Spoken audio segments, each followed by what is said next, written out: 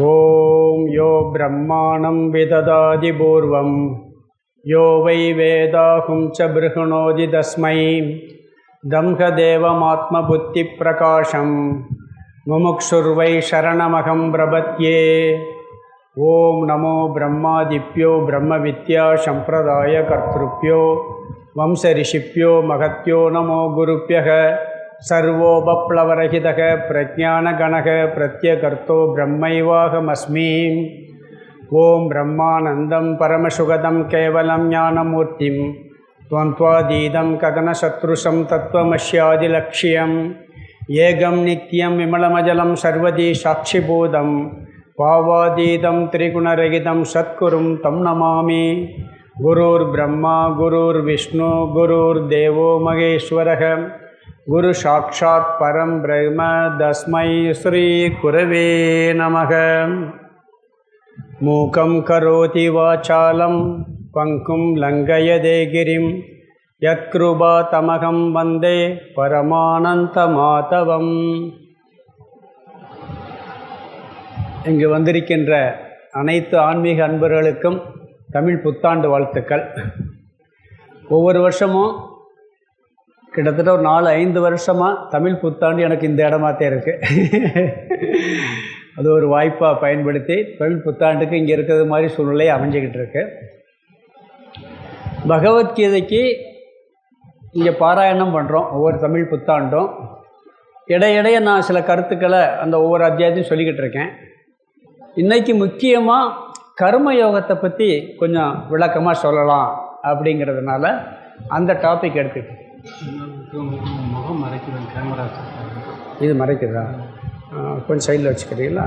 இல்லை முகம் மறைக்குதா? அது இல்லை, எப்படி வைப்பீங்க? கொஞ்சம் பண்ணால் தெரியாது. இப்போ பாருங்க, இது தெரியுதான்னு பார்த்துங்க. சரியா? அவ்வளோதான். சரியா இருக்குல்ல? தேங்க்ஸ். படம் தெரியுதா? ரைட். அப்படியே சரி சரி. கொஞ்சம் இருக்கு, மாற்றிக்கலாம். இங்கே பேசுகிறது ரெக்கார்ட் பண்ணால் யூடியூப்பில் போடுவேன், நீங்கள் எல்லோரும் பார்க்கலாம். அதுக்காகத்தான்.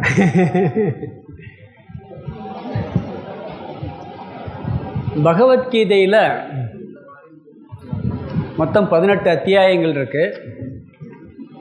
இந்த பகவத்கீதை எதுக்கு நாம் படிக்கணும் அப்படிங்கிறத முதல்ல முக்கியமாக தெரிஞ்சுக்கிறணும். பகவத்கீதை எதுக்கு படிக்கணும்? இப்போ ஒவ்வொரு இதன்னைக்கும் இங்கே பாராயணம் பண்ணுறீங்க. பாராயணம் பண்ணும்போது சில வார்த்தைகளுக்கு அர்த்தம் புரியும், சில வார்த்தைகள் அர்த்தம் புரியாது. புரிஞ்சால் அதை பற்றி அறிவு கிடைக்கும் நம்மளுக்கு. புரியலைன்னா பெரிய புண்ணியம் உண்டு. இந்த பகவத்கீதையை படிக்கிறதுனால பெரிய புண்ணியம் உண்டு.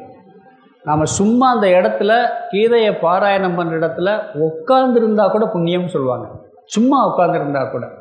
ஏன்னா பகவான் கிருஷ்ணர் அர்ஜுனனுக்கு அருளியதுனால அந்த இடத்துல உட்கார்ந்தாலே அந்த சப்தம் நம்ம காதில் விழுந்தாலே புண்ணியம்பாங்க. இப்போ ஒரு ஹோமத்துக்கு போகிறீங்க, அங்கே ஏதாவது மந்திரம் சொல்கிறவங்களுக்கு ஏதாவது தெரியுதா, புரியுதா? ஆனால் ஏன் போகிறீங்க? ஏதோ அந்த சத்தம் காதில் விழுந்தால் புண்ணியம். ஐயர் அர்ச்சனை பண்ணுறாரு, நம்மளுக்கு ஒன்றும் புரியாது.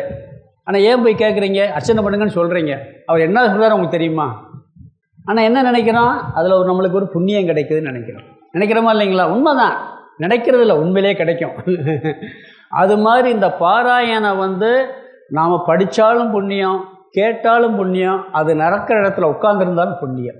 அதை வருஷம் இங்கே பண்ணுறாங்க, சிறப்பாக பண்ணிக்கிட்டு இருக்காங்க அந்த பணியை. இப்போ இன்னைக்கு இந்த பகவத்கீதையை என்ன சொல்கிறதுக்கு காரணம் என்னென்னா, பொதுவாக கீதையினுடைய நோக்கம் என்னென்னா, சில பேர் கடமையை செய்யின்னு சொல்லுது, சண்டை போட சொல்லுது, அப்படி இப்படிலாம் சொல்லுவாங்க. பகவத்கீதையை படித்தோம்னு சொன்னால் நாம் எப்படி வாழ்ந்தால் நல்லா இருக்க முடியும் தெரியும். ஃபஸ்ட்டு துன்பத்தை போக்குறதுக்கு உண்டான நூல் தான் பகவத்கீதை. எல்லோரும் கஷ்டம் இருக்கா இல்லையா? கஷ்டம் இருக்கா இல்லையா? போகணும்னு நினைக்கிறோமா இல்லையா? இப்போ பணத்தினால கஷ்டம், பணத்தினால ஒரு கஷ்டம் இருக்குது. பணம் வந்தால் அந்த கஷ்டம் போயிடும். நோயினால் ஒரு கஷ்டம் இருக்குது, நோய் தீர்ந்துச்சுன்னா ஆரோக்கியம் வந்தால் போயிடும். வீடு இல்லாதனால ஒரு கஷ்டம் இருக்குது, வீடு வந்தால் அந்த கஷ்டம் போயிடும். இந்த மொத்த கஷ்டத்துக்கு சேர்த்து ஒரே தீர்வு கீதை. பணம் வருது, வீடு இருக்குது, வீடு இல்லை, உடல் ஆரோக்கியம் இருக்குது, ஆரோக்கியம் இல்லை இருக்குது, பதவி இருக்குது, பதவி இல்லை. அதனால் எத்தனை கஷ்டம் வந்தாலும் கீதையினுடைய தத்துவத்தை மனசில் புரிஞ்சுக்கிட்டோம்னா கொஞ்சமாவது உள்ளே போச்சுன்னா கஷ்டத்தை தாங்குகிற சக்தி கிடைக்கும், கஷ்டத்திலிருந்து நாம் துக்கப்படாமல் ஃப்ரீயாக விடுபட முடியும். அர்ஜுனன் முதல் அத்தியாயத்தில் அர்ஜுன விஷாத யோகம்னு பேர். அர்ஜுனனுடைய துயரத்தை பற்றிய தலைப்பு. முதல் அத்தியாயத்தில் அர்ஜுனன் என்ன பண்ணுறான், முதல்ல சண்டை நடக்கிற கூட்டமெல்லாம் பார்க்குறான். அதில் எல்லாரும் இவன் வர்ணனை பண்ணுறான், அவன் வர்ணனை பண்ணுறான் போர்க்களத்தில். அடுத்து இவனுக்கு பற்று வருது. யார் மேலே? பீஷ்மர் மேலே, துரோணர் மேலே. உறவினர்கள்லாம் சூழ்ந்து இருக்காங்க. அங்கே அவனுக்கு பற்று வருது. பற்று வந்த உடனே அந்த பற்றுனால மனசு குழப்புறான். தர்மம் எது அதர்மம் எதுன்னு தெரியலை. மோகம் வருது. மோகம் வந்த உடனே சோகம் வருது. ராகக, மோகக, சோகன்னு சொல்லுவோம். 3 விஷயம்தான் முதல் அத்தியாயத்தில். துயரத்தில் நான் சண்டை போட மாட்டேன்னு சொல்லி வில்லியும் அம்பியும் கீழே போட்டு பேசாமல் உட்காந்துடுறான். அப்போ 2வது அத்தியாயத்தில் என்ன பண்ணுறாரு, மேலோட்டமாக பகவான் என்ன பண்ணுறாரு, எப்பா இப்படிலாம் கோலத்தனமாலாம் உட்காராத, நீ எல்லாரையும் கொள்வேன்னு சபதம் எடுத்துகிட்டு உட்காந்துட்டு அழி மாதிரி இப்படி போயிருக்கியே, எந்திரிச்சு சண்டை போடு, இது உனக்கு நல்லது இல்லைன்னு மேலோட்டமாக அட்வைஸ் பண்ணுவார். அவனுக்கு அதில் உள்ளே போகாது. அவன் என்ன சொல்கிறான், எனக்கு இப்போ மனசில் ஒரு கஷ்டம் வந்திருக்கு, இந்த கஷ்டத்தை நீங்கள் இந்த உலகத்தை பூரா ஆள்றதுக்கு எனக்கு கொடுத்தாலும் சரி, அது எப்படிப்பட்ட உலகம், பஞ்சமே இல்லை, செல்வ செழிப்போட எதிரிகளே இல்லாத ஒரு ராஜ்யத்தை நீ ஆண்டுக்குப்பான்னு கொடுத்தாலும் இந்த கஷ்டம் எனக்கு போகாதுங்கிறான். நம்ம என்ன நினைக்கிறான், அது வந்தால் கஷ்டம் போயின்னு, இது வந்தால் கஷ்டம் போயின்னு சொல்கிறான். அவன் என்ன சொல்கிறான், இப்போ இருக்க கஷ்டம் இப்போ எதுனாலும் போயிடும். மரணத்தை தடுக்க முடியுமா? மரணத்தினால ஒரு கஷ்டத்தை என்ன பண்ணுவீங்க, தாங்கிட்டே ஆகணும். அறிவுனாலும் அந்த கஷ்டத்தை நீக்க முடியும். பீஷ்மர் துரோணர் மரணம் முன்னாடி நிற்கிது. சொந்தக்காரங்க பூரா சாகிறதுக்கு தயாராக இருக்காங்க. இவனுடைய சொந்தக்காரங்க சாக தயாராக இருக்கு. இந்த மரணத்திலேருந்து விடுபடுறதுக்கு எண்ணத்தை கொடுத்து என்ன பண்ண? அப்போத்தான் சொல்கிறான் அவன், நீங்கள் எனக்கு எதிரியே இல்லாத செல்வ செழிப்போடு உள்ள இந்த ராஜ்யத்தை கொடுத்தா கூட என் கஷ்டம் போகிறது எனக்கு போகாதுன்னு நல்லா தெரியுதுங்கிறான். அப்போ அவனுக்கு இந்த உலகத்தின் சொர்க்கலோகத்துக்கு போனாலும் கூட இந்த கஷ்டம் போகாதுங்கிறான். எனக்கு இந்த கஷ்டத்தை போகிறதுக்கு வழியை சொல்லுங்க, நான் உங்களை சரணடைகிறான். முதல்ல பகவான் என்ன பண்ணுறான், நீங்கள் தான் எனக்கு இந்த வழியை சொல்ல முடியும். ஏன்னா அவதார புருஷர், உங்களை தவிர வேறு யாராலையும் என் கஷ்டத்தை போக்க முடியாது. பகவானே, என் கஷ்டத்தை போக்குறதுக்கு நீங்கள் தான் வழி. உலக சுகம், உலகப் பொருள்கள், உலக பதவி, சொர்க்கலோகம் கூட இந்த துயரத்தை என் போக்காதுங்கிறது தெரியுதுன்னு சொல்கிறான். அப்போ அவனுக்கு மரணங்கிற கஷ்டம் வந்தால் என்ன கொடுத்தாலும் போகுமா? எல்லாருக்கும் மரணம் இருக்கா இல்லையா? எல்லாருக்கும் இருக்குது. உறவினர்களுக்கு இருக்குது. வயசும் தெரியாது. 1 வயசில் பண்ணலாம், 10 வயசில் இருக்கலாம், 50 வயசில் இருக்கலாம், எப்பன்னே தெரியாது. கட்டாயம் உண்டா இல்லையா? எதுக்கு சாமி புது வருஷத்தன்னைக்கு மரணத்தை பற்றியெல்லாம் பேசிக்கிட்டு? உண்மை இதுதான் தத்துவம். இதுதான் மங்களமான வார்த்தை ஆக்சுவலாக தத்துவத்தை பொறுத்த வரையில். அப்போ அதை போக்குறதுக்கு வழின்னு கேட்கவர் என்ன சொல்கிறார் அவர் பகவான், 2வது அத்தியாயத்தில் நம்மளுக்கு அழிவு உள்ளே இருக்கக்கூடிய உயிருக்கு ஆதாரமான ஆத்ம தத்துவம் அழியாதுப்பா, அதனால் நீ கவலைப்படாதேங்கிறார். பிறகு என்ன சொல்கிறாருன்னா, உடல் எந்த உடலாவது இது வரைக்கும் நிலச்சிருக்கா? ஒரு உடல் சொல்லு. உடல்னா அழிஞ்சுதே ஆகும், மாற்ற முடியுமா? அதை மாற்ற முடியாத விஷயத்துக்கு நீ எப்போ கவலைப்படுறேங்கிறார். ஆத்மா அழியாது, உயிர் என்னைக்கு அழியாது. நம்ம என்ன சொல்கிறோம், அவர் இல்லைன்னு சொல்கிறோட போயிட்டாருன்னு சொல்லுவோம். இல்லைங்கிறது வேற, போயிட்டாருன்னு என்ன, இருக்காரு, எங்கேயோ போயிருக்காரு, ஏதோ வேறு உடம்புக்கு போயிட்டாரு, இல்லை வேறு லோகத்துக்கு போயிட்டாருன்னு சொல்லுவோம். அப்போ நம்மளுக்கே தெரியுது உயிர் தத்துவம் அழியாமல் ட்ராவல் பண்ணிக்கிட்டு இருக்குன்னு நினைக்கிறேன். அவரும் சொல்கிறார், அதை நினச்சி கவலைப்படாத, அது இயல்பு. உடம்புன்னா வியாசர் உடம்பு இருக்கா? கிருஷ்ணர் உடம்பு இருக்கா? இப்போ ராமர் உடம்பு இருக்கா? இப்போ நம்ம உடம்பும் போயிடும். அதையும் கவலைப்படுற, அதை ஏற்றுக்கங்கிறார். 2 தத்துவம். உடலின் அடிப்படையில் கவலைப்படாத, உயிரின் அடிப்படையில் கவலைப்படாத. பிறகு இதெல்லாம் உனக்கு கொஞ்சம் தத்துவமான விஷயத்த சொல்லிவிட்டு புரியலைன்னா நான் சொல்கிறது எப்படி கர்ம யோகம் பண்ணுன்னு சொல்கிறார். அதைத்தான் நம்ம விளக்கி சொல்ல சுருக்கமாக அங்கே கர்ம யோகத்தை சொல்லிவிட்டு, பிறகு இந்த தத்துவத்தை புரிஞ்சாதான் நீ இங்கேயும் சந்தோஷமாக வாழ முடியும், இறந்த பிறகு பிறக்காமல் இருக்க முடியும் சொல்லி 2வது அத்தியாயத்தை முடிச்சிடறார். முடிச்சுட்டு 2வது அத்தியாயத்தில் கர்மயோகத்தை பற்றி சொன்னதை விரிவாக 3வது அத்தியாயத்தில் சொல்ல போகிறாரு. அங்கே முதல்ல என்ன சொல்கிறாருன்னு சொன்னால், முதல்ல ஒரு கேள்வி கேட்குறான், அதுக்கு பதில் சொல்கிறாரு. பிறகு கர்மயோகத்தை பற்றி சொல்கிறாரு. பிறகு லோக சங்கரகம்னு ஒரு தலைப்பு சொல்கிறாரு. பிறகு என்ன பண்ணுறாருன்னு சொன்னால், கர்மயோகம் பண்ணுவதற்கு எது தடை, அதை நீக்க வழி. இந்த 4 விஷயம் 4வது அத்தியாயத்தில் சொல்கிறார். கர்மயோகம். கர்மம்னா என்ன, யோகம்னா என்ன? கர்மம்னா என்ன?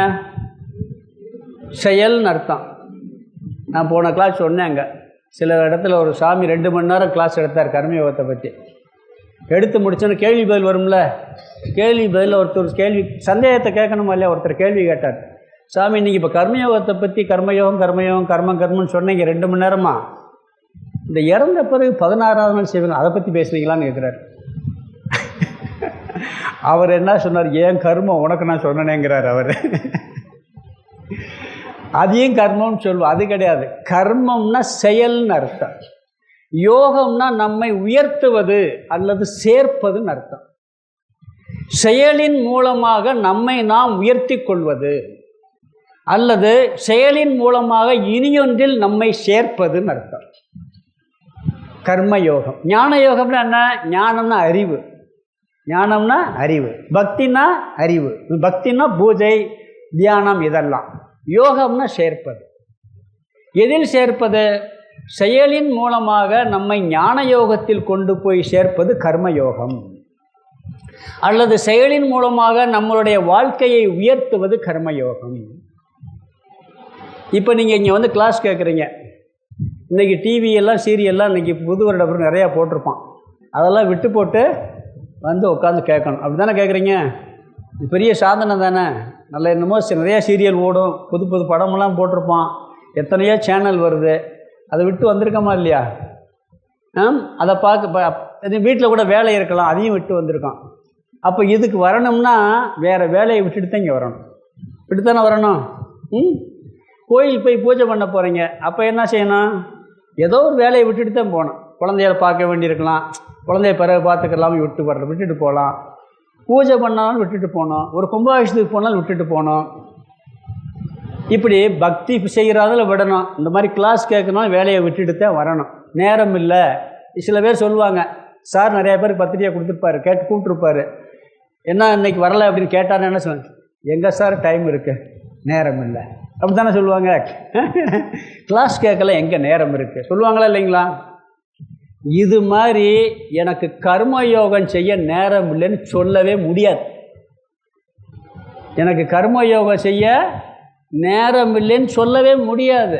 ஏன்னா கர்மயோகம்னா என்னன்னா, நீங்கள் வீட்டில் காலையில் எந்திரிக்கிறதுலேருந்து தூங்கிறது வரைக்கும் என்னென்ன செய்கிறீங்களோ அதை அப்படியே செய்கிறது தான். மனசில் பாவனையை மாற்றிக்கிறேன், அவ்வளோதான். எந்திரிக்கிறது எப்படி எந்திரிக்கிறதோ அப்படித்தான் எந்திரிக்கணும். குழந்தைய எப்படி பார்த்துக்கிறீங்களோ அப்படித்தான் பார்க்கணும். எப்படி சமையல் பண்ணுறீங்களோ அப்படித்தான் சமையல் பண்ணணும். ஆஃபீஸுக்கு எப்படி போகிறீங்களோ அப்படித்தான் போகணும். ஆஃபீஸில் என்ன வேலை பார்க்கணும் அந்த வேலையை அப்படித்தான் பார்க்கணும். அப்போ இதுக்கு நேரம் வேணும், வேறு புதுசாக டைம் வேணுமா? நம்ம செய்கிற வேலை, இப்போ டீச்சர் தொழில் பண்ணுறாங்க, பாடம் நடத்தும் ஒழுங்காக, அது மட்டும் இல்லை, அதை ஒழுங்காகவும் செய்வோம். முன்னாடி ஏனாதானு செய்வோம். இந்த கர்மயோகமாக செய்யும்போது நல்லா திருப்தியாக செய்ய முடியும். அப்போ நேரம் இல்லைன்னு சொல்ல முடியுமா? பிறகு என்ன வித்தியாசம் அதுக்கு இதுக்கும்? அதைத்தான் பார்க்க போகிறோம். அதே வேலையைத்தான் செய்ய போகிறோம், புதுசாக ஒன்றும் செய்ய போகிறதில்ல. என்ன செஞ்சுக்கிட்டு இருக்கோமோ அதைத்தான் செய்ய போகிறோம். அப்போ இதுக்கு என்ன வித்தியாசம்னா அதையும் பார்க்க போகிறோம். அதே செயலை எப்படி செய்வது, எந்த பாவனையுடன் செய்வது, அந்த செயல் செய்யும் பொழுது நம்மளுக்கு கிடைக்க பலன் வரும் பொழுது அதை நாம் எப்படி எதிர்கொள்வது, இதெல்லாம் மனசளவில் மாற்றிக்கிட்டோம்னா அப்படியே ரொட்டீன் அழகாக போய்கிட்டு இருக்கும். அதில் கஷ்டமும் வராது. இதுதான் கர்மயோகம். புரியுதுங்களா? அப்போ டைம் இல்லைன்னு சொல்ல முடியுமா? சொல்லவே முடியாது. அதனால் என்ன சொல்கிறாருன்னா, இந்த கர்மயோகத்தை பற்றி இந்த தலைவில் பார்க்க போகிறோம். முதல்ல அர்ஜுனன் என்ன செஞ்சான்னா, அங்கே கேள்வி கேட்டான். அந்த கேள்வி என்ன கேட்டான்னா, அதாவது நீங்கள் அங்கே என்ன சொல்ல 2வது அத்தியாயத்தில் கர்மம் செய்வது, இந்த மாதிரி நம்ம பூஜையெல்லாம் பண்ணி ஹோமம் எல்லாம் பண்ணி சொர்க்கலோகத்துக்கு போகிறத விட ஞானத்தடைவது உயர்ந்ததுன்னு சொல்லியிருப்பார். இவன் பிறகு என்ன பண்ணார், சொல்லிவிட்டு நீ செயல் போய் சண்டை போடுன்னு சொல்லுவார். இவனுக்கு செயல் செய்வது சிறந்ததா ஞானத்தை அடைவது சிறந்ததான்னு ஒரு சந்தேகம் வந்துடும். அதனால் என்ன பண்ணுவான்னு சொன்னால் ஒரு கேள்வி கேட்பான், ஞானமா கர்மமா எது உயர்ந்ததுன்னு கேள்வி கேட்பான். அதுக்கு பகவான் என்ன சொல்கிறாருன்னு சொன்னால், 2 விதமான வாழ்க்கை முறை நான் அமைத்து கொடுத்துள்ளேன், இல்லறம் துறவரம். இல்லறம் என்பது கர்மயோக வாழ்க்கை வாழ்வதற்கு உகந்த வாழ்க்கை முறை. துறவரம் என்பது ஞானயோக வாழ்க்கை வாழ்வதற்கு உகந்த முறை. இல்லறத்தில் இருப்பவர்கள் கர்மயோகம் செய்வது மிக மிக எளிது. துறவரத்தில் இருப்பவர்கள் ஞானயோகம் செய்ய வேண்டும். அப்போ இல்லறத்தில் இருக்கும் ஞானயோகம் செய்யலாம், ஆனால் ரொம்ப அதிகமாக செய்ய வேண்டியது கர்மயோகம்தான் இல்லறத்தில் இருக்கிறவங்களுக்கு. நாம் என்ன செய்கிறோம்னு சொன்னால், ஆன்மீக வாழ்க்கையை ஆரம்பிச்சிட்டாருன்னா ஒருத்தர் ஆன்மீக வாழ்க்கைக்குள்ளே நுழைகிறாருன்னா, சில பேர் கடமையை செய்ய, சமுதாய சேவை செய்ய, அதே போதும்பாங்க, ஜபம் பண்ணும்பாங்க, நிறையா பூஜை பண்ணும்பாங்க. ஆன்மீக வாழ்க்கைன்னு அப்படி நிறையா சொல்கிறாங்க. இங்கே என்ன சொல்கிறாருன்னு சொன்னால், சில பேர் சாஸ்திரம் படிப்பாங்க. இங்கே ஆன்மீக வாழ்க்கையினை முதல் படி எது தெரியுமா, அந்த கர்மயோகத்தை கடைப்பிடிக்கிறது. ஃபஸ்ட்டு கர்மயோகத்தை கடைப்பிடித்தல்.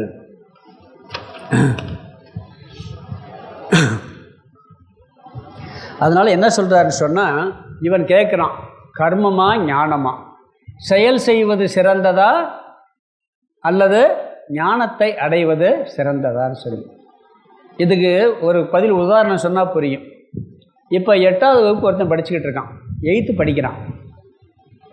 அவன்கிட்ட என்ன சொல்கிறாங்க, நீ 10th நீ நல்ல மார்க் வாங்கி படித்தேன்னா நீ +1 உனக்கு செலக்ட் பண்ணி நல்ல கோர்ஸ் எடுக்க முடியும் அப்படின்னு சொல்கிறாங்க. நீ விரும்பின கோர்ஸ் எடுத்தீங்கன்னா பிறகு அதுக்கு அடுத்து டாக்டருக்கு போகிறது, கலெக்டர் இப்படிலாம் பண்ண முடியும். அதனால் 10th நீ நல்ல மார்க் வாங்கன்னு என்ன சொல்கிறாங்க, 8வது படிக்கிற பையனுக்கு சொல்கிறாங்க. அவன் என்ன சொல்கிறான், நான் இப்போ 10th நேராக போயிடுறேங்கிறான்.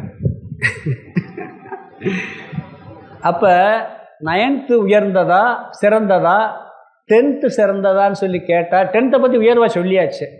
அப்போ 9th சிறந்ததா 10th சிறந்ததான்னு கேட்டால் அவனுக்கு என்ன சொல்லுவான், அவன் படிச்சுக்கிட்டு இருக்க 8வது என்ன பதில் சொல்லுவான், 9th தான் சிறந்ததுன்னு சொல்லணும். அவனுக்கு 10th சிறந்ததுன்னு சொல்லணுமா? 10th பற்றி உயர்வாக சொல்லியாச்சு, அவன் நேரடியாக போக முடியுமா? அது மாதிரி ஞானந்தான் மோட்சத்தை கொடுக்கும், ஞானந்தான் நிறைவை கொடுக்கும்னாலும் அந்த ஞானத்துக்கு போகிறதுக்கு முதல் வழி எது, கர்மயோகம். கர்மயோகம் செஞ்சுட்டு தான் ஞான யோகத்துக்கு போக வேண்டும். அப்படிங்கிறதுக்காக என்ன சொல்கிறாருன்னா, இல்லறத்தில் இருந்து துறவரம் போகிறது பெஸ்ட்டுன்னு சொல்லுவாங்க. இல்லறத்தில் இருந்து இல்லாமல் துறவரம் போகிறது சில பேருக்கு மட்டும் உண்டு, அது பூர்வ ஜென்மத்தில் பண்ணியிருப்பாங்க அப்படின்னு சொல்லுவாங்க. அந்த பூர்வ ஜென்ம வாசனையினால் போகிறது, அப்படி போகிறது உண்டு. அதனால் என்ன சொல்கிறாருன்னா சொன்னால், இங்கே இல்லறம் கர்மயோகத்துக்கு ரொம்ப ரொம்ப தோதுவான ஏதுவான வாழ்க்கை முறை.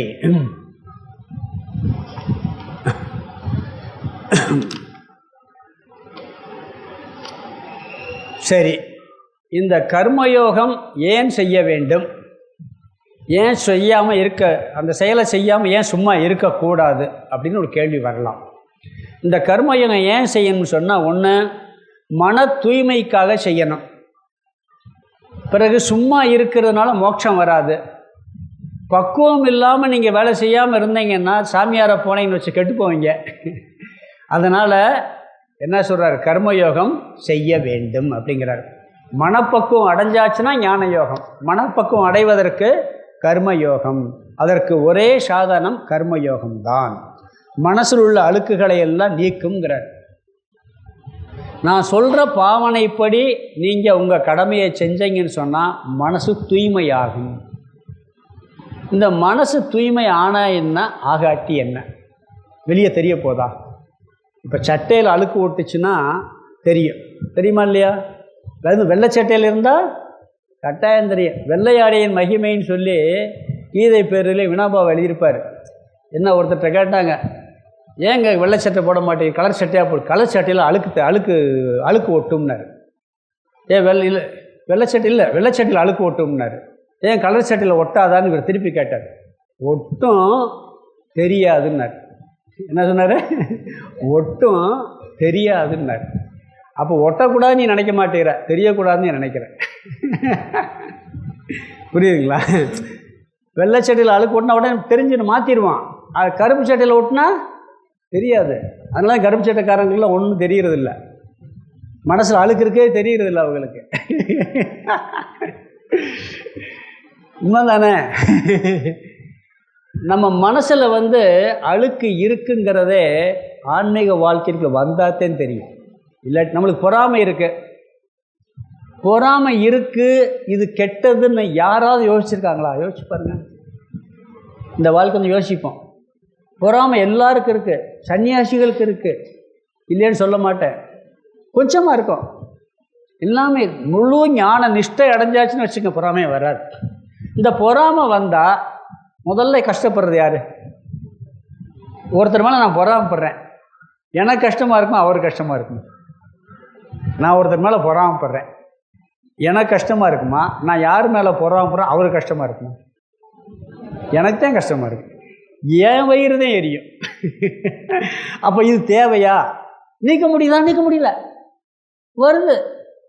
நீக்கி பார்த்தாலும் போகாது. ஓப்பனாக சொல்கிறேன், போகாது, கட்டாயம் உள்ளே இருக்கும். அதை நீக்குனா அப்போ வயிற்றுச்சல் வராதுல்ல.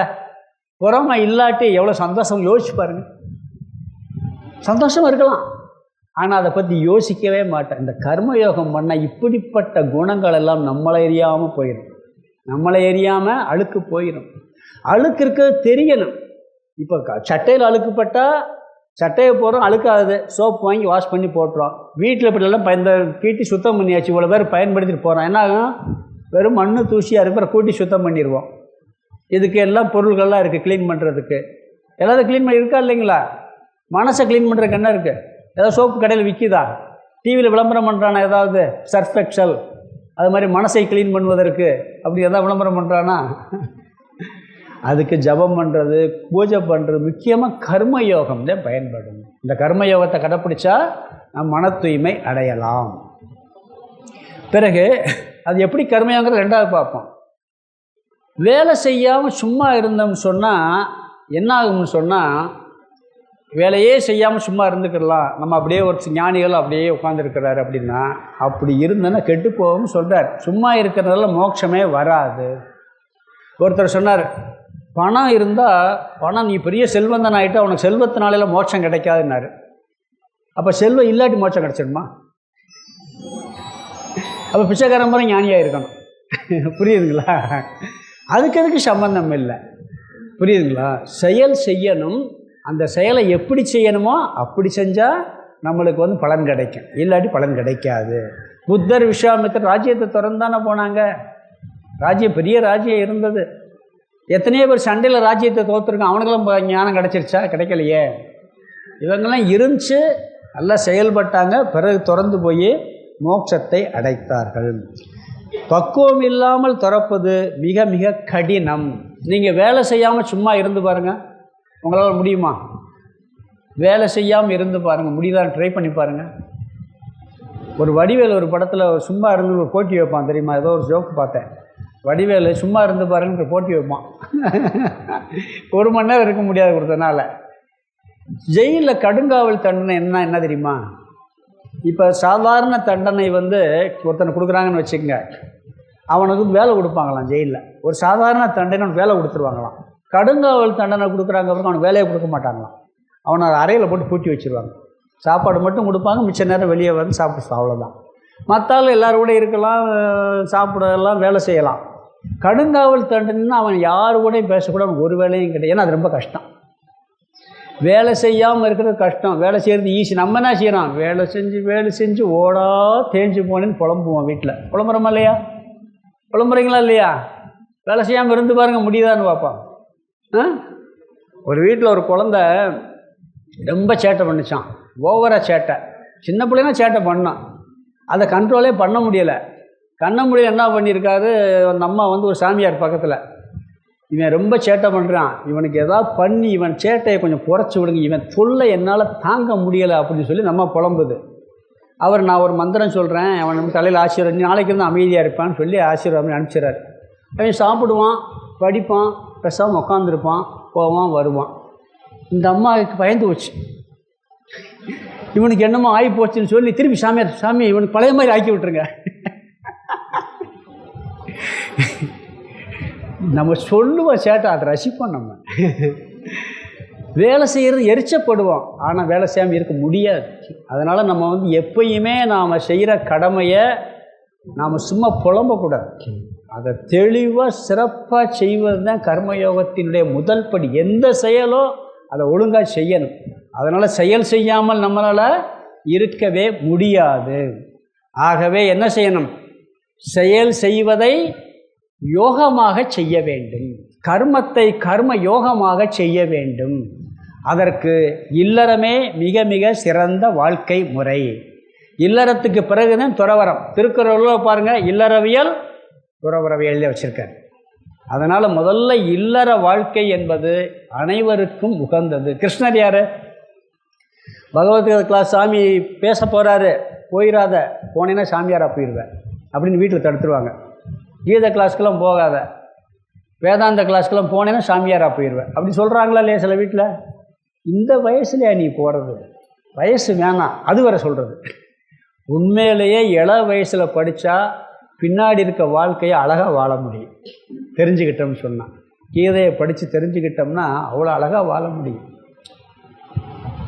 இப்போ கூட இந்த விண்வெளியில் ஒரு அம்மா மாட்டிக்கிடுச்சே, சுனிதாவா, அந்த அம்மா சொல்லுது, நாங்கள் கீதை தான் படிச்சுக்கிட்டு இருந்தேங்க, பகவத்கீதை புஸ்தகத்தை வச்சு படிச்சுக்கிட்டு இருந்தேங்க தனியாங்க. அது காப்பாற்றிருக்கு. புரியுதுங்களா? அந்த நம்ம சின்ன வயசுலேயே படித்தா நம்மளுக்கு பயன் தருமே ஒழிய அப்படிலாம் போக முடியாது. சாமியார் அப்புறம் ஈஸி கிடையாது நீங்கள் நினைக்கிறது மாதிரி. அதனால் என்ன சொல்கிறாருன்னு சொன்னால், இல்லற வாழ்க்கையில் கிருஷ்ணரும் இல்லறத்தார் தான். கிருஷ்ணர் யார்? குடும்பஸ்தர். அர்ஜுனன் யார்? இல்லறத்தார் தான். விஸ்வாமித்திரன் கிரகஸ்தர் தான். கிரகஸ்தர்னு போனவர் அப்படி தானே. வியாசரும் அப்படித்தான். வியாசருடைய புத்திர சுகர்லாம் இருக்கார். நிறைய ஜனகர் யார்? ராஜ்யத்தை ஆண்டவர், ஒரு ராஜா, அவர் ஞானி.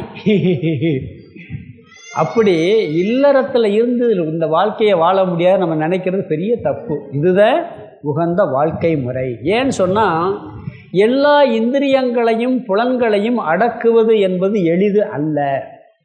நம்ம இந்திரியங்களை கட்டுப்படுத்தி அப்படியே அடக்கி வைக்கிறதுங்கிறது எளிது அல்ல. அதை முறைப்படுத்தி ஒழுங்குபடுத்துவது தான் இல்லற தர்மம். ஆகவே இல்லற வாழ்க்கையே கர்மயோக வாழ்க்கைக்கு உகந்தது. நம்ம மழையெல்லாம் பெய்யுது, தண்ணியை தேக்கி வச்சு என்ன பண்ணுறோம்? கரெக்டாக அந்த வாய்க்காலில் மடைகள்லாம் திறந்து விட்டு ஒழுங்காக போய் அதை சேர்க்குறோம். அது மாதிரி இல்லற தர்மங்கிறது நம்மளுடைய இந்திரியங்களை ஒழுங்குபடுத்தி ஒரு முறையான வாழ்க்கை வாழ்ந்து கொண்டு போய் சேர்க்கறதுக்கு பயன்படும். அதனால் இல்லறமே நல்லறம் அப்படின்னு சொல்கிறாங்க. மனப்பக்குவம் வந்துருச்சு, நல்லா ஆயிடுச்சுன்னு சொன்னால் ஞான யோகத்துக்கு போயிடலாம். போய் தத்துவத்தை கேட்டு ஞானத்தை அடைய முடியும். அதுக்கு டைம் வேணும். இப்போ நான் பேசுகிறத கேட்கணும், டைம் வேணும். டயத்தை விட்டு தான் வரணும். ஆனால் கர்மயோகத்துக்கு இந்த டைம் தேவையில்லை. இப்போ நான் தத்துவத்தை பற்றி உபதேசம் பண்ணுறேன், நீங்கள் கேட்டு அதை புரிஞ்சுக்கணும்னா நேராக விட்டுட்டு வந்து ஒதுக்கணும். கர்மயோகத்துக்கு அது தேவையில்லை. பக்குவம் வந்துருச்சுன்னா ஞான விசாரணை செய்யலாம், இல்லைன்னா இதிலேயே இருக்கலாம் அப்படிங்கிறார். அதனால் முதல்ல நம்ம என்ன பண்ணணும்னா கர்மயோகத்தை கடைப்பிடிக்க வேண்டும். அர்ஜுனனுக்கு இன்னும் முழுசாக தகுதி வரல, தற்காலிகமாக வந்திருக்கு. அதனால் என்ன பண்ணுறாரு? கர்மயோகத்தை ஊதிக்கிறார். இவன் என்ன பண்ணுறான்? எப்படியாவது சண்டை போடாமல் காட்டுக்கு போயிடலான்னு துடிக்கிறான். சண்டை போடாமல் போயிடலாம் அப்படின்னு அவன் முயற்சி பண்ணுறான். ஆனால் அது தப்புன்னு சொல்கிறார். உண்மையிலேயே இவனுக்கு சண்டை போட விருப்பம் இல்லைன்னா 12 வருஷம் காட்டலான்னு இருந்தான். எத்தனை வருஷம் இருந்தான்? 12 வருஷம். பேசாமல் அங்கேயே இருந்திருக்க வேண்டியானே, தவம் பண்ணிக்கிட்டு எனக்கு சண்டை வேணாம், ஒன்று வேணாம், நான் ஞானி ஆயிடுறேன். இப்போ ஞானியாக போகிறேங்கிறான். இங்கே வந்து ஞானியாக போகிறேங்கிறான் போர்க்களத்தில். அங்கேயே சொல்லியிருக்க வேண்டியதானே. பக்குவம் இல்லை, வந்துட்டான், வந்த பிறகு தவிக்கிறான். அதனால் என்ன பண்ணுறோம்? இப்போ உனக்கு கர்மயோகம் பண்ணுறது என்ன? அவனோட டியூட்டி என்ன? இந்த இடத்துல சண்டை போடணும். பகவத்கீதை சண்டை போட தூண்டுதுன்னு சொல்லுவாங்க. அது இல்லை. இங்கே அவனுடைய கடமை தர்மத்தை காக்க வேண்டும். தர்மத்தை காப்பதற்காக சண்டையிட வேண்டும். தர்மத்தை காப்பதற்காக உறவாக இருந்தாலும் சரி, குருவாக இருந்தாலும் சரி, பாட்டனாராக இருந்தாலும் கொண்டு தான் ஆகணும். அதுதான் கடமை, அதுதான் தர்மம், அதை செய்ய வேண்டிய கடமையில் இருக்கிறான், கடமை விட்டு போகக்கூடாதுன்னு சொல்கிறார் அவர். பக்குவம் இருந்தால் போகலாம், ஞானத்துக்கு போயிடலாம். பக்குவம் இல்லைன்னு சொன்னால் உன் கடமையிலிருந்து நீ விலகக்கூடாது. இங்கே கடமை உனக்கு போர் செய்கிறது. அதுக்காக என்ன பண்ணுறார் அவர், நீ கர்மயோகம் செய் அப்படிங்கிறார்.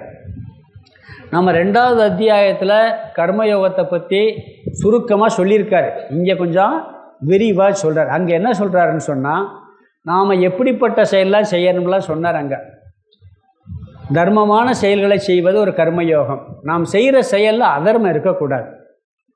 முதல்ல நாம் ஏதோ செய்கிறோம், அந்த செயல் எது இருக்கக்கூடாது, அதர்மம் இருக்கக்கூடாது. அதாவது நம்மளுக்கு நல்லது இருக்கணும், மற்றவங்களுக்கு நன்மையாக இருக்கணும். புரியுதுங்களா? நம்மளுக்கு நல்லது செய்யணும், மற்றவங்களுக்கும் நலன் தருவதாக இருக்கணும்.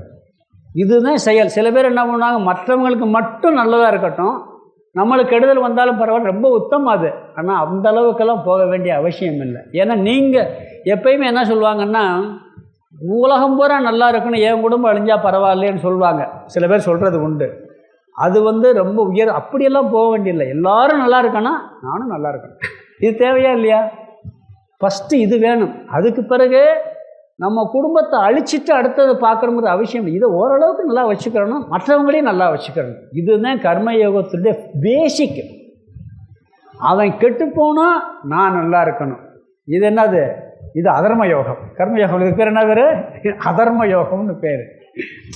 எல்லாரும் நாம் செய்கிற செயலில் யாருக்கும் பாதிப்பு இருக்கக்கூடாது.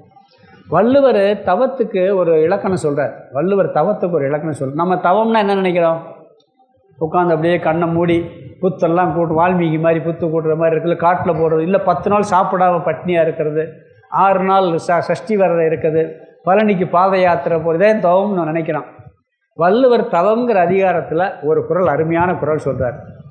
உற்ற நோய் நோன்றல் உயிருக்கு உருகன் செய்யாமை அற்றே தவத்திற்கு உரு. 2 வரியில் தவம்னா என்னன்னு சொல்கிறார். அது இந்த இடத்துக்கு பொருந்தும் கரெக்டாக.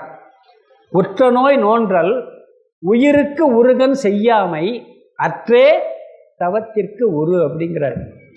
அப்படின்னா என்ன அர்த்தம்னா, உனக்கு வரக்கூடிய துன்பத்தை, எத்தனையோ துன்பங்கள் வருது, யாருக்கோ துன்பம் வராமல் இருந்திருக்கா ஒரு ஆள் சொல்லுங்கள். கஷ்டம் வராமல் இருந்தால் ஒரு ஆள் சொல்லுங்கள். எனக்கு கஷ்டமே வாழ்க்கையில் பட்டாலின்னு ஒரு ஆள் சொல்லுங்கள். இருக்கா? எல்லாத்துக்கும் கஷ்டம் வந்தால் ஆகுது. பிரதமருக்கு வராமல் இருக்குமா, முதலமைச்சருக்கு வராமல் இருக்குமா, இந்திரனுக்கு வராமல் இருந்துச்சா? எல்லாத்துக்கும் வருதில்ல. அதை நீக்க முயற்சி பண்ணுறோமா இல்லையா? முயற்சி பண்ணுறோம். முயற்சி பண்ணி நீக்க முடியலன்னு என்ன பண்ணணும், ஏற்றுக்கிறத தவிர வழி இல்லை. நீ சந்தோஷமாக ஏற்றுக்கிட்டா தவங்கிறார். உனக்கு எத்தனையோ கஷ்டம் வருது, அந்த கஷ்டத்தை நீக்க முயற்சி பண்ணுற, முயற்சி பண்ண முடியலை, பண்ணியும் கூட அந்த கஷ்டத்தை நீக்க முடியலைன்னா பரவாயில்ல தாங்கிக்கிட்டேன்னு வச்சுக்க, அதுக்கு பேர் தவம். உனக்கு வரக்கூடிய துன்பங்களை தாங்கிக் கொள்வது தவம்ங்கிறார். உண்மையா இல்லையா? நீக்க முடியாது என்ன பண்ணணும், தாங்கித்தான் ஆகணும். நீங்கள் போகிறீங்க, காரில் போகிறீங்க, வண்டி பிரேக் டவுன் ஆகி போகுது, வேறு பஸ்ஸும் கிடைக்கல, எல்லா பஸ்ஸும் ஸ்ட்ரைக்காக நின்று போச்சு, உங்கள் காரு பிரேக் டவுனு, 5 கிலோமீட்டர் நடந்தே ஆகணும். எவ்வளவு கடுப்பாக இருக்குது, வேறு வழியே இல்லை, நடந்தே ஆகணும். இருக்கா இல்லையா? 48 மைல் பாத யாத்திரை சபரிமலை போகும்போது அழுதுகிட்டா போறிய. இந்த 5 கிலோமீட்டர் 2 கிலோமீட்டர் நடக்கும்போது, ஐயோ கடவுள் நம்ம இப்படி சோதிச்சிட்டாரே, வண்டியை ரிப்பேர் பண்ணி விட்டு நட்ட நடு ரோட்டில் நிப்பாட்டி வச்சுட்டாரேன்னு கடவுளை திட்டுன்னு திட்டிடுவோம். ஆனால் பழனிக்கு பாத யாத்திரை போனால் 50 கிலோமீட்ரு 60 கிலோமீட்ரு அப்படியே குஷியாக, அதுவும் நடதானே, இதுவும் நடதானே, அதை ஏற்றுக்கிற இதை ஏற்றுக்கிற முடியல. அப்படி ஒரு சூழல் வரும் பொழுது உற்ற நோய் நோன்றல் நீ ஏற்றுக்க, அது தவங்கிறார். அது மாதிரி நீ என்ன சொல்கிறாருன்னு சொன்னால், நீ செயல் செய்யும் பொழுது, புரியுதுங்களா, நல்ல செயலை செய்யணும். கஷ்டம் வந்தால் ஏற்றுக்கிறது. பிறகு உயிருக்கு உருகம் செய்யாமேங்கிறார். வேறு உயிருக்கு, வேற ஆளுகளுக்கு நீ கஷ்டத்தை கொடுக்காதேங்கிறார். உனக்கு வர்ற கஷ்டத்தை தாங்கிக்க, சும்மா தாங்கிக்கிற செல்ல முயற்சி பண்ணி நீக்க முடியலைன்னா தாங்கிக்க, வேற உயிருக்கு கஷ்டத்தை கொடுக்காத. இப்படி நீ வாழ்வது கர்மயோகம், இது தவம். முடியுமா முடியாதா? இதை செய்ய முடியுமா முடியாதா? சரி செய்யலைன்னு வச்சுக்க, வேற வழி இருக்கா? வேறு வழி இருக்கா? தாங்கிறது தவிர வேறு வழியும் இல்லை. அப்போ இதை இப்படி தான் இருக்குது, இது போயிடும். இன்னொரு லாஜிக் இருக்குது. கஷ்டம் வரும் பொழுது நீங்கள் ஒரே லாஜிக் பயன்படுத்துங்க. இது வரைக்கும் எத்தனையோ கஷ்டம் எனக்கு வந்திருக்கு. ஒரு கஷ்டம் அன்னைக்கு இருந்தது மாதிரி மறுநாள் இருந்திருக்கா? இன்றைக்கி ஒரு கஷ்டம் வந்திருக்கு, இதுக்கு முன்னாடி வந்து அப்படியே ஆராய்ச்சி பண்ணி பாருங்கள். ஒரு துக்கம் வந்திருக்கு, அந்த இறந்தன்னைக்கோ அந்த கஷ்டம் வந்தன்னைக்கோ எவ்வளவு நான் மனசில் வேதனைப்பட்டேன், அது மறுநாள் இருந்தான்னு பாருங்கள், குறைஞ்சிருக்கும். ஒரு மாதம் கழிச்சு இன்னும் குறைஞ்சிருக்கும். இப்போ போயிடுச்சு, இல்லவே இல்லை. அப்போ இப்போ அதே மாதிரி கஷ்டம் இதுவும் போகுமா போகாதா? கட்டாயம் போயிடும். அக்செப்ட் பண்ணிக்கிடுவோம். அப்படின்னு இருந்தோம்னு சொன்னாலே நாம் அப்படி பழகிறது ஒரு கர்மயோக வாழ்க்கை முறை. இது நீங்கள் என்ன பண்ணால் எல்லா பிரச்சனையும் போட்டு உள்ளே போட்டு அதை கஷ்டப்படுத்தி மனசை போட்டு புழுங்கி தவிக்கிறத விட இப்படி ஒரு இந்த கஷ்டம் வந்திருக்கு, எத்தனையோ கஷ்டம் வந்துச்சு போயிடுச்சு, இதுவும் போயிட போகுது அப்படின்னு தாங்கிக்கிறணும். வேறு யாருக்கும் கஷ்டத்தை கொடுக்கக்கூடாது. நம்ம அப்படி வாழ்வது. நீ வந்து இந்த மாதிரி செயல்கள் செய்தால் இது ஒரு கர்மயோகம்ங்கிறார். அதை சந்தோஷமாக அர்ப்பண புத்தியோடு பார்க்கறதுல 2ஆம் அத்தியாயத்திலே சொல்லிட்டார். பிறகு பலன் வரும்பொழுது ஏற்றுக்கொள்ளக்கூடிய மனப்பான்மை 2ஆம் அத்தியாயத்தில் சொன்னார். ஒரு பலன் வருதுன்னு சொன்னால் செய்வதற்கு உரிமை இருக்குது, பலனில் உரிமை இல்லைன்னு சொல்லி. கர்மயோகத்தில் இது ஒரு படி. இதெல்லாம் முன்னாடி பார்த்து சுருக்கமாக சொல்கிறேன். இப்போ என் கையில் ஒரு பந்து கொடுக்குறீங்க, நான் அந்த பந்தை என்ன பண்ணலாம்? இப்படி தூக்கி போட்டு விளையாடலாம், இப்படி கீழே போடலாம், பக்கத்தில் எழுந்து வச்சிடலாம், உங்கள்கிட்ட கொடுக்கலாம், இல்லை ஒருத்தர் மேலே தூக்கி வேகமாக கோபத்தில் எரியலாம். எரிஞ்ச பிறகு அவர் என்ன செய்வாருங்கிறது என் கையில் இருக்கா?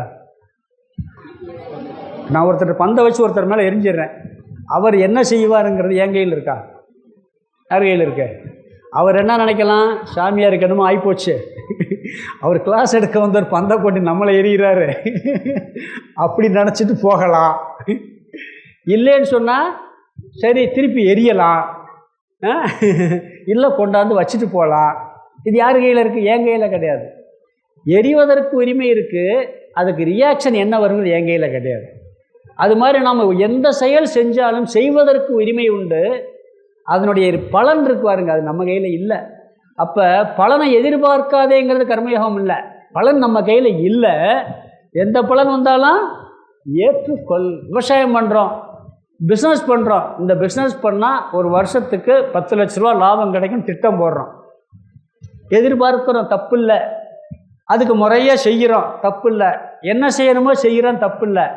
செஞ்ச பிறகு 10 லட்சம் எதிர்பார்த்தோம், 5 லட்சம் வந்துடுச்சு. என்ன பண்ணுவான்?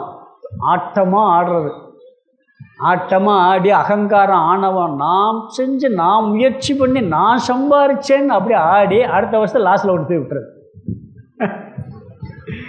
இல்லை வரவே இல்லை, 10 லட்சம் வராட்டி பரவாயில்ல, 5 லட்சம் வந்தால் கூட பரவாயில்ல, லாஸும் ஆகிப்போச்சு. இது நம்ம கையில் கிடையாது.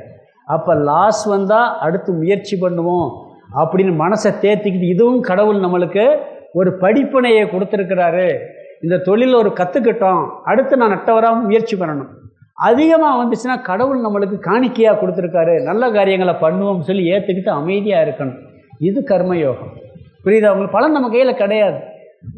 துன்பம் வரும்பொழுது துவளக்கூடாது, இன்பம் வரும்பொழுது துள்ளக்கூடாது. இப்படி இருந்து நாம் கடமைகளை செஞ்சோம்னா இதுவும் கர்மயோகம் அப்படிங்கிறார். இங்கே என்ன சொல்கிறான்னு சொன்னால், நீ செயல்களை எப்படி செய்ய வேண்டும் அப்படிங்கிறதுக்கு சில விஷயங்கள் சொல்கிறார். நீ நான் முதல்ல சொல்லிட்டேன், மற்றவங்களுக்கு கெடுதல் பண்ணக்கூடாது, நம்மளுக்கும் கெடுதல் வராமல் நல்ல காரியங்களை பண்ணுறது. இங்கே ஒரு காரியம் பண்ணுவதற்கு என்ன சொல்ற, எப்படி எதை செய்யணும் எதை செய்யக்கூடாது அப்படின்னு ஒரு கருத்து சொல்கிறார். பிறகு செயல் செய்யும் போது நாம் என்ன பாவனையில் செயல் செய்யணும், பலன் வரும்பொழுது இப்போ சொன்னது மாதிரி என்ன பலன், பிறகு இதனுடைய பலன் என்னென்னலாம் சொல்கிறாரு, எப்படின்னு ஒவ்வொன்றா பார்க்கலாம். அதாவது எப்படிப்பட்ட செயல்களை செய்வது, எப்படிப்பட்ட செயல்களை செய்யக்கூடாது. அதாவது சாமானிய தர்மத்தை செய்ய வேண்டும், விசேஷ தர்மத்தை, தனக்கு விதிக்கப்பட்ட விசேஷ தர்மத்தை செய்ய வேண்டும், நிஷித்த கர்மத்தை செய்யக்கூடாது. 2 இருக்குது. ஒன்று தினந்தோறும் செய்கிற கடமைகள் இருக்குது, நித்திய கர்மம்னு பேர். இது சாமானியமாக எல்லாத்துக்கும் பொதுவான ஒன்று கடமை. இப்போ காலையில் எந்திரிக்கணும், காலை கடன்களை முடிக்கிறது, உடம்பை சுத்தமாக வச்சுக்கிறது, தூய்மையாக இருக்கிறது, துணிமணியெல்லாம் தூய்மையாக போட்டுக்கிறது, சாப்பிட்றது, கரெக்டான நேரத்தில் சாப்பிட்றது, இதெல்லாம் செயல் தானே. இதை எல்லோரும் செஞ்சுதான் ஆகணும். இது சாமானியம், எல்லாத்துக்கும் பொதுவான ஒரு கடமை, தினந்தோறும் செய்கிற கடமை இருக்குது.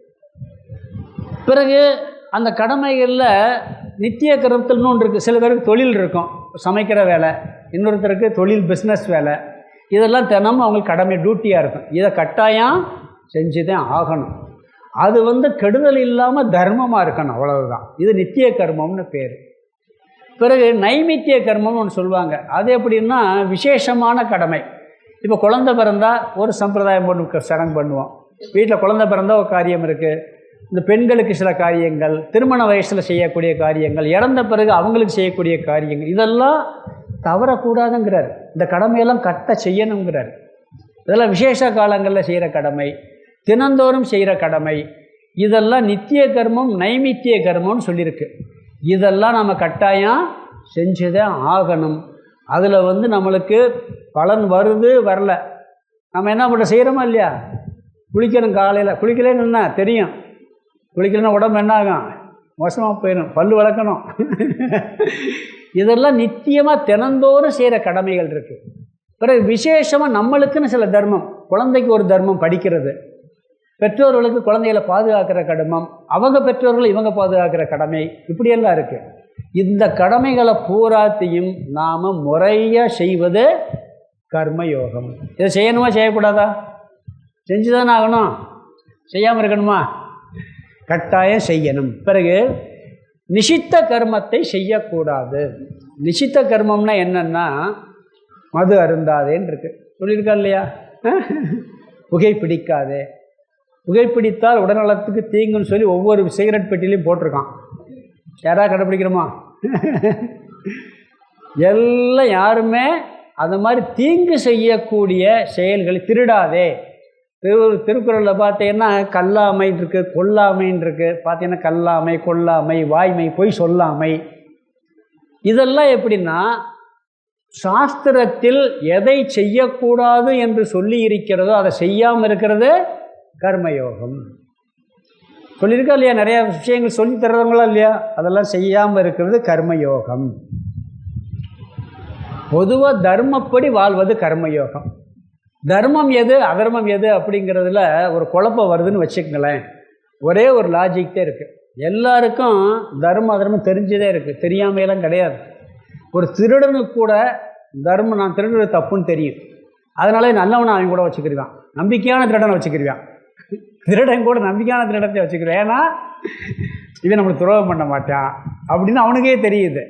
எல்லாருக்கும் தர்மம் தெரியுது, தர்மம் தெரியாதவன் கிடையாது, நம்ம செய்கிறது இல்லை. அதாவது ஒரு குழந்தை இருக்குது, அந்த குழந்தை இன்னொரு குழந்தைய கிள்ளுது. அப்போ திருப்பி அந்த குழந்தை இருக்கு, இந்த குழந்தை ஒன்னே கிள்ளுனா உனக்கு பிடிக்குமா? அதாவது என்கிட்ட மற்றவங்க எப்படி நடந்துக்கிறேன்னு நான் எதிர்பார்க்கிறேனோ அப்படி நான் மற்றவங்ககிட்ட நடந்துக்கிறேன். இப்போ என் பொருளை யாராவது எடுத்தால் எனக்கு பிடிக்குமா? அப்போ நான் என்ன பண்ணேன்னா, நான் ஒரு மற்ற பொருளை எடுக்கக்கூடாது. என்னை யாராவது திட்டினா பிடிக்குமா? என்னை யாராவது திட்டினா எனக்கு பிடிக்குமா? அப்போ நான் என்ன பண்ணேன்னா திட்டக்கூடாது. சரி, நான் யாராவது தப்பு பண்ணிட்டேன், என்னை மன்னிச்சா எனக்கு பிடிக்குமா பிடிக்காதா? நான் ஒரு தப்பு பண்ணிட்டேன், ஆனால் அந்த யாரை திட்டினோ அவர் என்னை மன்னிச்சிட்டாருன்னு வச்சுங்க, எனக்கு பிடிக்குமா பிடிக்காதா? அப்போ நான் என்ன மன்னிக்கணுமா இல்லையா? மற்றவங்க எப்படி என்கிட்ட நடந்துக்கிறேன்னு நான் எதிர்பார்க்கிறேனோ அப்படி தானே மற்றவங்க நடந்துக்கிறோன்னா. அப்படி நடக்கிறோமா? அவங்க என்கிட்ட இப்படி நடந்துக்கிறோன்னா நான் அப்படி நடக்க மாட்டேன். இது என்ன தர்மம், இது என்ன லாஜிக்? இது அது கூட அதில் இது எங்கள் ஊரில் ஒரு விஷயம் நடந்தது. அதாவது திருடனுக்கும் அதர்மவானுக்கும் தர்மம் தெரியுங்கிறது எடுத்துக்காட்டு. அந்த ஒரு கிராமம் இருந்துச்சு அந்த காலத்தில், நான் சொல்கிறேன் 30-35 வருஷத்துக்கு முன்னாடி நடந்தது. இந்த சாராயம் காய்ச்சது அந்த கிராமத்தில் ஒரு தொழிலாக இருந்துச்சு. நிறைய பேர் அந்த ஊரில் பண்ணுவாங்க. போலீஸ்காரன் என்ன பண்ணுவான், ரைடு போவான், பிடிப்பான், கேஸுக்கு 2 கொண்டு வருவான், லஞ்சம் வாங்கிட்டு வந்துடுவான், காசை வாங்கிட்டு வந்துடுவான்.